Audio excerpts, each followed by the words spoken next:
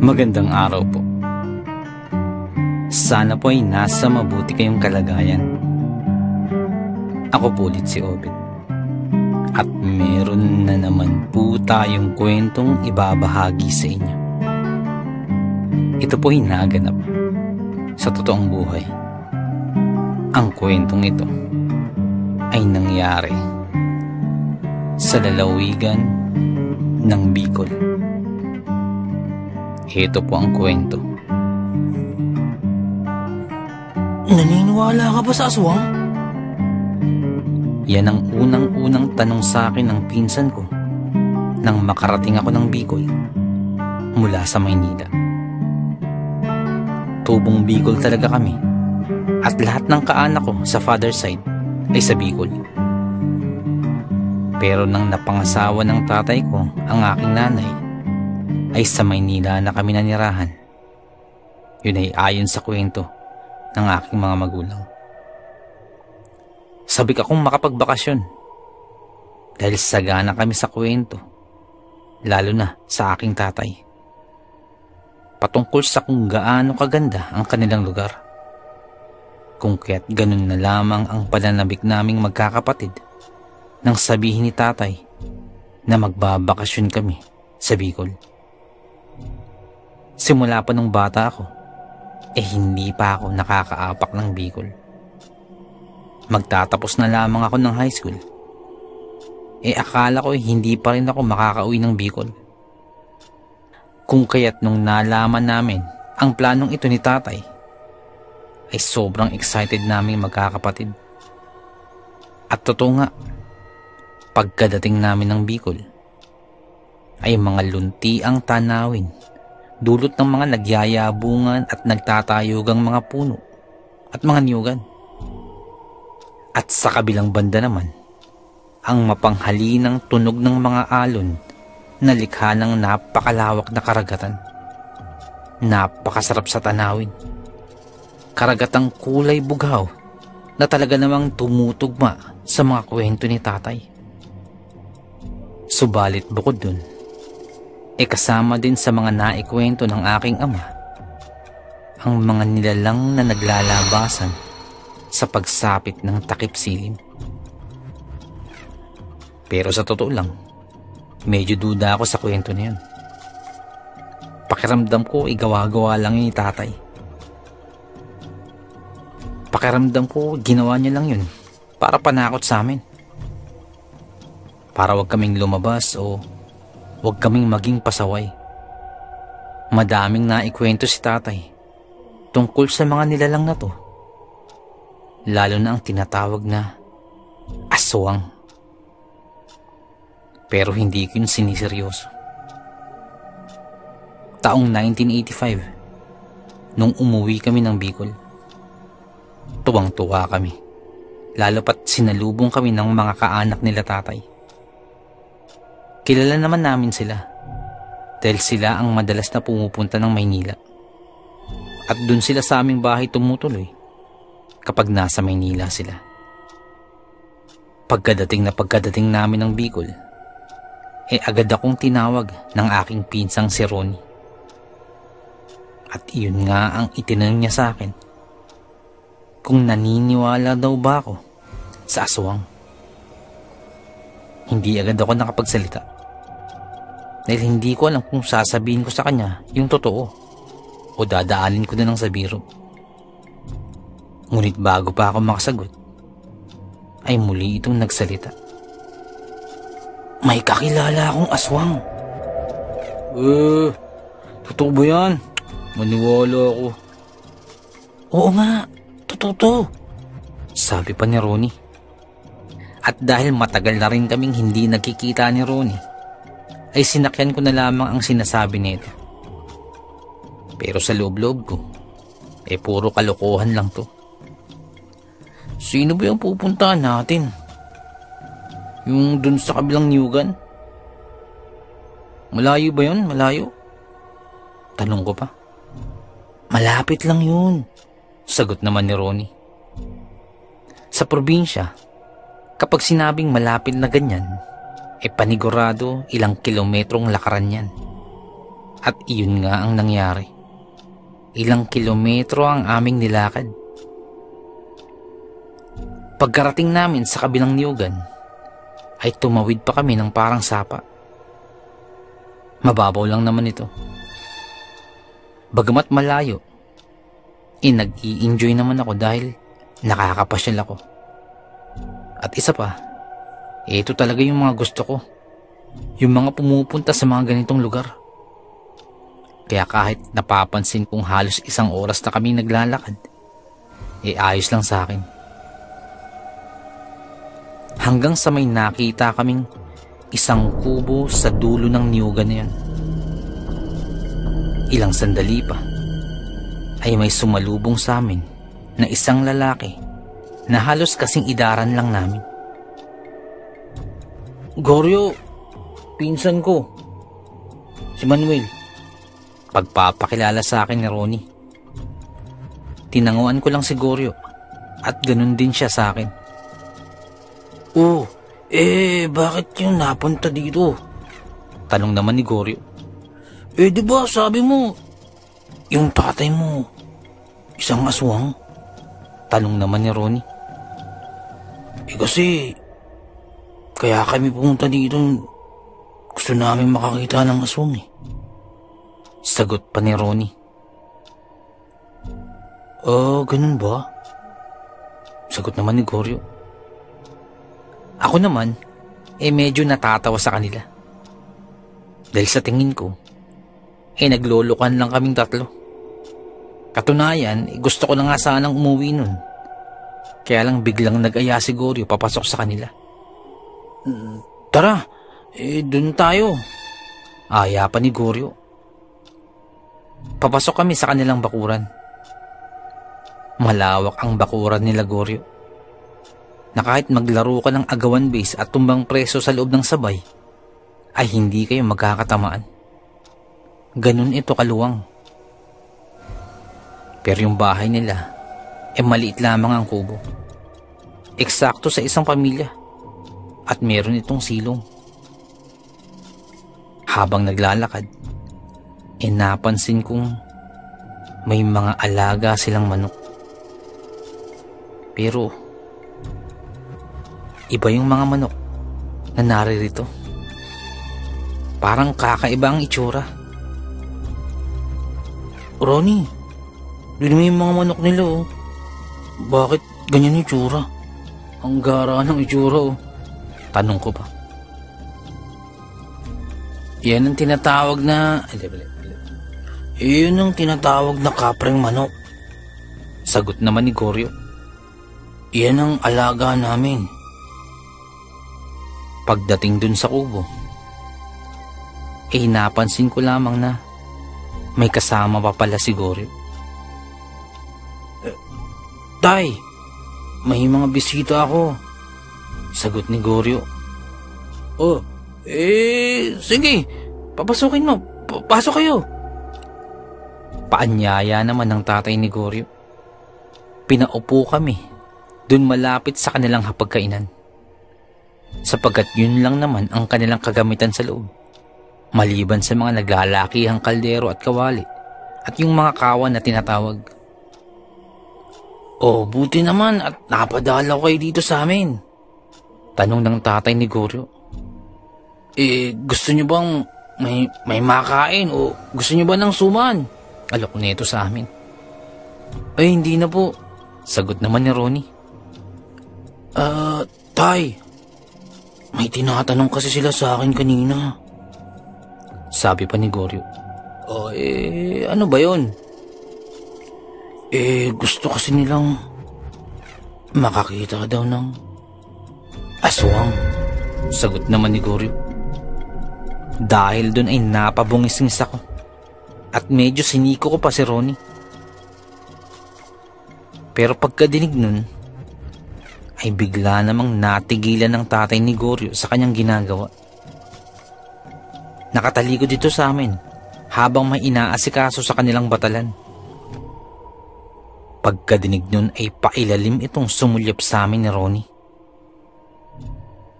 Dahil dun ay bigla rin akong natigilan sa pagbungisngis. Maya-maya ay humarap na ang tatay ni Goryo at ngumiti sa amin. Ano bang gusto niyong malaman sa isang aswang?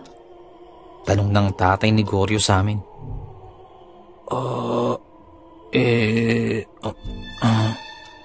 Medyo nauutal kong sagot nang biglang magsalita si Ronnie.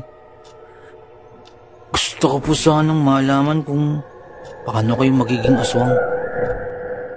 Dahil dun ay bigla akong nasiko si Goryo. Uy, ba't mo sinabi yun?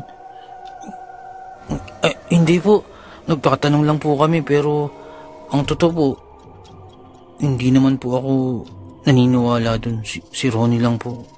Siya lang po ang gustong makakita nun. Pagkakaila ko pa at pagpapaliwanag. Dahil dun ay napatayo na rin ako. Tara na nga. Tara na nga, Ronnie. Alis na tayo. Wag muna kayong umalis. Dyan lang muna kayo. Maupo lang kayo. Goryo, pakisarado nga yung pintuan. Utos pa ng tatay ni Goryo. Dahil dun ay medyo nakaramdam na ako ng kaba. Dahil hindi ko rin gusto ang matatalim na tingin ng tatay ni Goryo sa akin.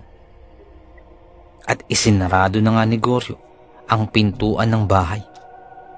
At dahil wala namang kuryente sa parting yun ng baryo, ay nabalutan ng dilim ang kabahayan.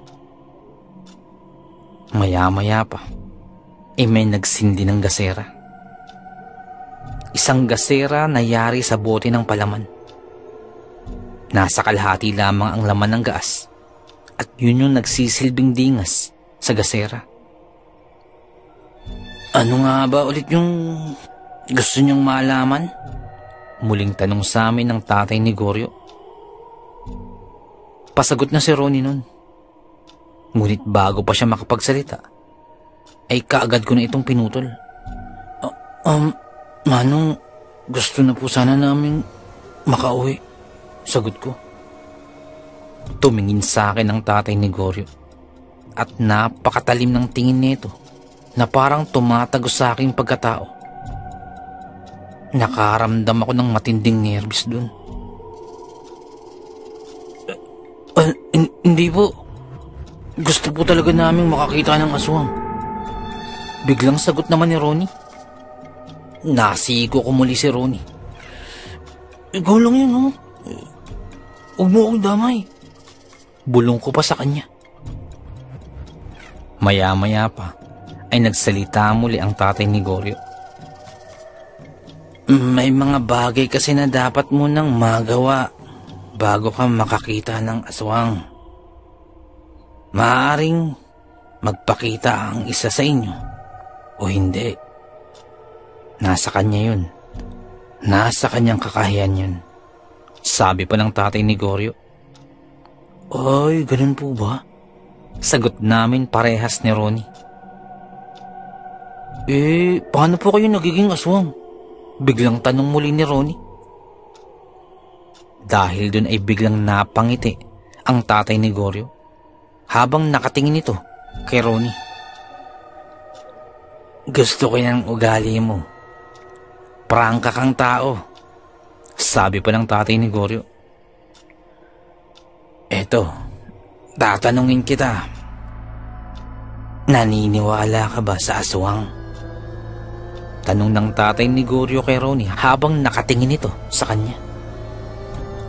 Opo, naniniwala po ako.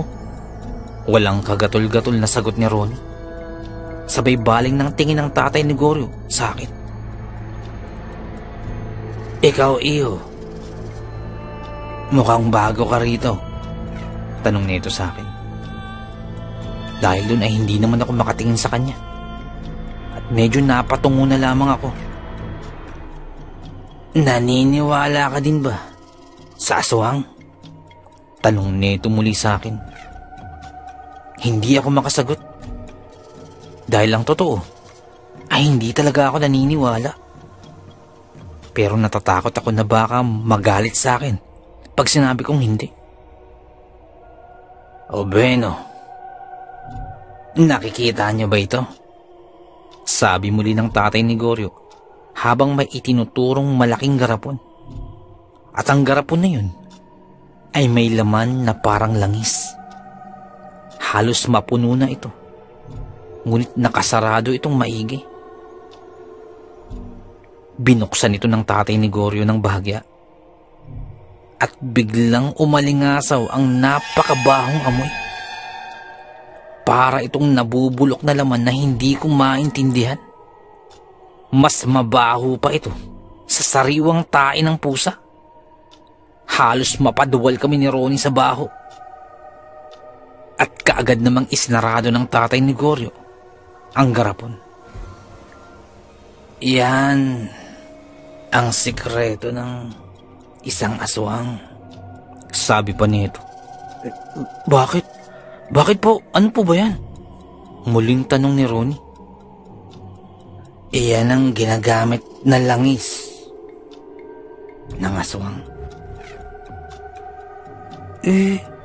Saan po ba gawa yan? Tanong ko naman bigla dahil parang biglang napukaw ang aking atensyon. Nakita niyo ba yung manok namin sa labas?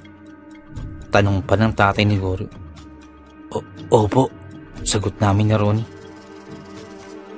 Yung takip ng itlog ng ganyang klaseng manok, isa yan sa mga kailangan. Hindi po ba pwede yung native na manok? Tanong pa ni Ronnie. Hindi pwede. Yang ganyang klaseng manok lang.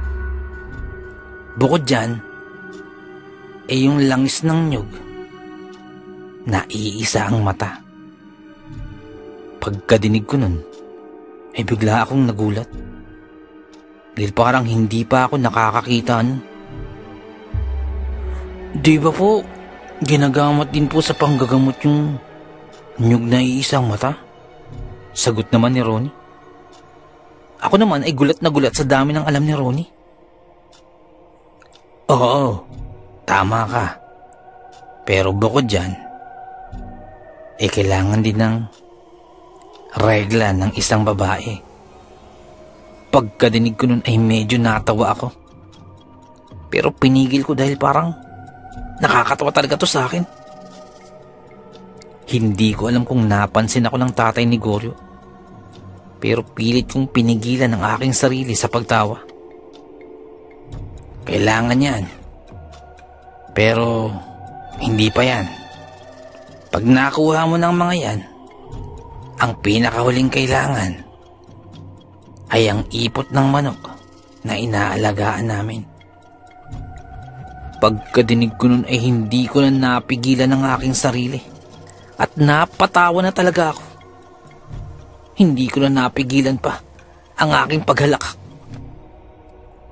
Napatingin na sa akin si Ronnie, maging si Goryo, lalo na ang tatay ni Goryo. Pero wala na akong magawa.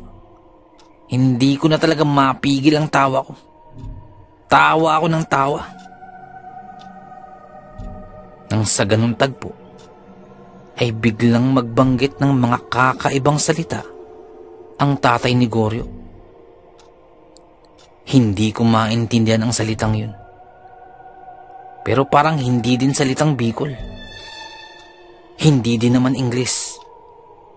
Pero kakaiba ang mga binibitawan niyang salita. Habang nagbabanggit ng mga ganong kataga, ay ibinubukas nito ang garapon. At muling umalingasaw ang nakasusulasok na amoy. At dahil dun ay napatigil na ako sa pagtawa. At sukang-suka ako sa aking nalalanghap. Iniwan lang yun ng tatay ni Goryo na nakabukas. At idinampi nito ang kamay nito sa loob. At pagkadampi ay ipinahid sa kanyang katawan. Habang pinapaulit-ulit ang kanyang mga salitang binabanggit na para itong nagdarasal. Isa-isang inalis ng tatay ni Goryo ang kanyang damit at sinabayan ito ng pagpahid ng langis. Sukang-suka ako sa naaamoy ko. Pero kitang-kita ko din ang ginagawa ng tatay ni Goryo. Sa puntong yun ay nababalutan na ako ng kakaibang takot. Dahil yung paulit-ulit na salita niyang binabanggit ay parang umaalingaw-ngaw sa loob ng bahay. Parang nabubuhay yung salita at umaalingaw-ngaw din sa aking pandinig. Nakakakilabot. Habang ginagawa yun ay tumalikod yung tatay ni Goryo, kasabay ng paghahaplos ng langis sa katawan nito. Hanggang sa dumakot ito ng lupa at muling ipinahid sa kanyang katawan. Napakapit na ako ng sandaling yun kay Ronnie. Ronnie, anong nangyayari? Anong ginagawa niya? Nanginginig kong tanong kay Ronnie. Hindi ko alam eh. Sagot din ni Ronnie sa akin. At maya-maya pa ay unti-unting nagbago ang kutis ng tatay ni Goryo. Parang nagpalit ang balat nito. Yung payat na katawan nito ay parang nagsipaglakihan ng mga buto. Hanggang sa umupo na lamang ito sa lupa. Pagkaupo ay bahagya itong lumingon. Lumingon ito sa amin. Pagkatingin nito ay napasigaw ako bigla sa takot. Dahil ang mga mata nito ay parang sa hayop na hindi kumawari. At nanlilisik ito. Napatakbo na kami ni Ronnie. Subalit pagkatakbo namin ay nakaharang si Goryo sa pintuan. Hinarangan niya pa ito ng mahabang upuan na gawa sa kahoy. Kung kaya't napakyat kami sa may hagdan papasok sa kanilang kwarto. At sa sobrang takot ay napapunta na kami sa kwarto, sa looban. At dun ko lamang napagtanto na wala na pala kaming pwedeng labasan dun. Walang pintuan at maging bintana ay wala. Dahan-dahan ay tila gumagapang ang nilalang na yun papalapit sa amin. Nagtataglay ito ng mahahabang kuko at nakakatakot na wangis. Nagsigawan na kami ni Ronnie nung mga sandaling yun. Napaiyak na ako sa sobrang takot. Halos mawalan na ako ng ulirat dahil sa sobrang takot ko. Nang sa isang iglap, biglang nanumbalik sa dating wangis ang tatay ni Goryo. Nagbalik ito sa anyong tao. Huwag na kayong matakot. Tinupad ko lang naman ang inyong kagustuhan. Inyong makakita ng aswang. Sabi pa nito. Umiiyak pa rin ako ng mga sandaling yun dahil sa labis na takot.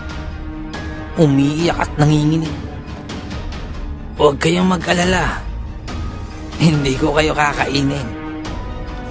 Ang totoo niyan ay napatira kami sa lupaing ito. Pasalamat sa inyong lolo. Siya ang nagpatira sa amin dito. Sa kabila ng pagiging ganito namin, ay pinakitaan niya kami ng kabutihan. Kaya dahil dun, kami ang naging tagabantay ng inyong niyugan. Lahat ng niyugan ng iyong lolo, kami ang nangangasiwa. Maya-maya pa, ay nakarinig na kami ng mga boses mula sa labas. Mga boses nila tatay at ng iba ka pang tiyuhin. Kanina pa pala kami hinahanap. Dun ko lamang din nalaman na matagal na palang kaibigan nila tatay ang tatay ni Goryo. Kaya ganun na lamang din pala ang lakas ng loob ni Ronnie na magtungo rito. Pero hindi ko talaga malilimutan ang araw na yun. At dun ko rin nalaman na totoo pala ang aswang. Napakahiwaga ng ating mundong ginagalawan. Napakaraming bagay ang mahirap ipaliwanag. Pero nagaganap. Hanggang dito na lamang po. Salamat po sa pakikinig. Magandang araw po.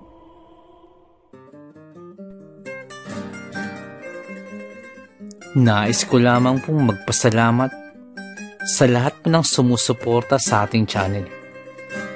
Sa lahat po ng ating mga subscribers. Sa lahat po ng ating mga listeners. Mga silent listeners po natin.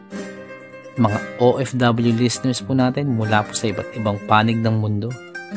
Maraming salamat po. At sa mga nagbahagi po ng ating kwento, maraming salamat po. Kasama na rin po ang mga manunulat na tumutulong po sa ating channel. Nais ko lamang din pong shout out happy birthday kay Caleb on his 8th birthday on January 29. More birthdays to come, more blessings and good health. Happy birthday po. Ang shoutout mong ito ay mula po kay Boss Ron Pilapil. Shoutout po sa'yo, boss, and happy birthday po ulit, Caleb. Happy 8th birthday. Shoutout sa'yo. Happy birthday din po kay Ma'am Imelda Pascua on January 27. Ma'am, happy birthday po. More birthdays to come, more blessings and good health. Shoutout po sa inyo, ma'am. Shoutout din po sa Lucky Kids Game Farm from Feeder Road 1, North Gate, Santo Tomas, Davao. Shoutout po sa inyo, boss. Shoutout din po kay Ariando Tamor, kay Boss Christian Ed, at kay Boss Ferdinand Tamor, dyan po sa may Las Piñas. Shoutout po sa inyo. Ang shoutout po ito ay mula po kay Boss Chris. Shoutout po. Shoutout din po sa Marcos family, dyan po sa may Antipolo. Shoutout po sa inyo. Ang shoutout po ito ay mula po kay Boss Fernando. Shoutout po sa inyo. Shoutout din po kay Ma'am Annie Viloria, kay Boss Baby Langka, shoutout po sa inyo. At kay Ma'am Annabel Apruebo, shoutout po sa inyo dyan. Shoutout din po sa King Solomon Game Farm dyan po sa may Tawid, Maasin City, Southern Leyte. Shoutout po sa inyo. Shoutout din po kay Ma'am Rosie de Mesa. Ma'am, shoutout po. Nais ko lamang pong i-shoutout si Boss Bulag na Anghel. Boss, shoutout po sa iyo. Salamat po sa pakikinig. Shoutout din po kay Boss Benji Cayetano. Boss, shoutout po. Shoutout din po kay Ma'am Annie Viloria. Shoutout po sa inyo. Kay Ma'am Annabel Apruebo. Shoutout po. Kay Boss Baby Langka. Shoutout po sa inyo. Shoutout po. Shoutout din po kay Ma'am Feli Raimundo Rivera. Shoutout po. Shoutout din po kay Boss Real Mix Vlogs. May time po kayo, bisita na po ang channel po ni Boss Real Mix Vlogs. Shoutout po sa iyo, boss. Shoutout din po kay Ma'am Julie Ruel, kay Ma'am Raquel Punsalang, Ma'am Milania Ruel. Shoutout po sa inyo, sa family niyo po. Shoutout po. Boss Loreto Ihaan Jr. Shoutout po. Sir Ron Pilapid dyan po sa Kentucky. Shoutout sa iyo, boss. Boss Liay Estoque. Shoutout. Boss Edison Velasco. Shoutout. Boss Rodney TV. May time po kayo, bisita na po channel po ni Boss Rodney TV. Vlogs siya po sa mountain bike. Shoutout din po kay Boss Red Rosal. Nag-livestream po si Boss Red every Wednesdays, Fridays, and Sundays. May time po kayo, bisita na po sa channel niya. Boss Lady B 73 dyan po sa Texas. Shoutout po. Boss Ed Uy, shoutout po. Boss Dimpos Yumi. Boss, shoutout sa iyo, boss. Ma'am Liza Arcega. Shoutout po. Ma'am Ivy Standian. Shoutout po. Boss Rochelle Abiliar. May time po kayo, bisita na po sa channel po. Rochelle Abiliar po. Ma'am Melanie Passion, shoutout. Ma'am Milagrosa Look, shoutout. Boss Nonoyski, shoutout sa boss. At yung BFF pala ni Ma'am Jane, si Boss Hershey, shoutout sa iyo. Boss Miles, shoutout po. Boss Lord Olaiwa, shoutout po. Boss Rexy Ann, shoutout po. Boss Jessie Joshua Castillo, shoutout po. Ma'am Maya Flores, shoutout po. Boss Queenie, shoutout po. Boss Alberto Liano, shoutout po. Ma'am Michelle Cedron, shoutout po. Ma'am Susan De Los Santos, shoutout po. Boss Ron and Ma'am Lenny Fish, shoutout po sa inyo. Sir Reynaldo Silong, shoutout po. Ma'am Charlene Gumansing, shoutout po. Boss Psychic Scorpio, shoutout po. Ma'am Marianita FL, shoutout po. Boss James Channel, may time po kayo, bisita na po channel po ni Boss James. Ma'am Maribel Salcedo, shoutout po. Boss Vinci Maya, boss, shoutout po. Boss Leonardo Manalo, shoutout po. Boss Yumi Cotton TV, shoutout sa boss. May time po kayo, bisita na po sa channel, Yumi Cotton TV. Boss Yoreski Escalona, shoutout sa boss. Boss Jopay Bertuto, boss, shoutout sa iyo. Ate Peng, shoutout po. Ma'am Elaine Almera, shoutout po. Boss Supremo Proxky, dyan po sa Cavite, shoutout sa iyo, boss. Ang Bless na Baka, shoutout po. Ma'am Christian, dyan po sa Hamburg, shoutout po. Kaya, Sir Alex of Southern Mindanao Creepy Experience, shoutout sa iyo, sir. Boss Jimmy Pandong, shoutout po. Kay Tata Estong Nestor Bauyon, dyan po sa London, shoutout po. Ma'am Mary Asilar, shoutout po, dyan dito sa UK. Boss Edward Malilin, boss, shoutout po. Boss Raymond Glover, shoutout sa iyo, boss. Ma'am Raisa Miguel, shoutout po. Shoutout po kay Boss Ricky Gonzalez, kay Boss Bobby, kay Ma'am Milagros Gonzalez, kay Sir Romeo, shoutout po sa inyo. Boss Sai 1986 vlog, may time po kayo bisita ng channel, Sai 1986 vlog. Boss Young's Life, shoutout. Boss Russell Ferreira, shoutout. Boss Mslack, shoutout. Miss Jabel, shoutout po. Boss Joji D, shoutout. Ma'am Liza Arcega, shoutout po. Ma'am Selena Rawato, shoutout po. Boss Francis Maula, shoutout po. Boss Stacy Vlog, dyan po sa Spain, shoutout po. Boss Mary Tales, may time po kayo bisita ng channel po ni Boss Mary Tales. Ma'am Mayna Buo, shoutout po. Boss Kamandag Pigeon TV, mahilig po kayo sa Kalapati, bisita po sa channel po ni Boss Kamandag Pigeon TV. Ganun po kay Boss Titan Love TV. Boss DJ and George, mahilig po kayo sa bedtime stories, bisita na po sa channel po nila. Boss Horseshoe TV, mga vlogs po nila sa Japan, bisita na po sa channel. Boss J Palo, shoutout. Boss Pedro Tampo, shoutout po. Ma'am Maria Lizel Barro, shoutout. Ma'am Aubrey Delgado, shoutout sa iyo, sa family po, sa husband niyo po. Boss Camelo Aroy, boss, shoutout sa iyo dyan, sa mga taga Southern Leyte.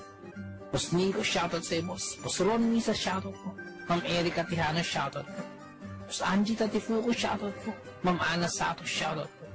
Ma'am Eli Cono, shoutout po. Boss Freyas Roll, shoutout sa iyo, boss. Boss Resi Madrid, shoutout po. Lutong Bahay ni Ming, shoutout po. Boss Wences 666, shoutout po. Boss John Reynolds Zakati, boss, shoutout. Kay Ma'am Lea Velasquez, shoutout po. Kay Ma'am Shirley Carillo, shoutout po. Sa mga hindi po nabanggit, pasensya po, bawi po ako next time. Kung naibigan po ninyo ang ating kwento, pakihit lang po like mo at patinid po sa show. Pakiclick na rin po ang notification bell para updated po tayo sa ating mga kwento. Kung may nais po kayong sabihin, pakiiwan lang po sa ating comment section. Maraming salamat.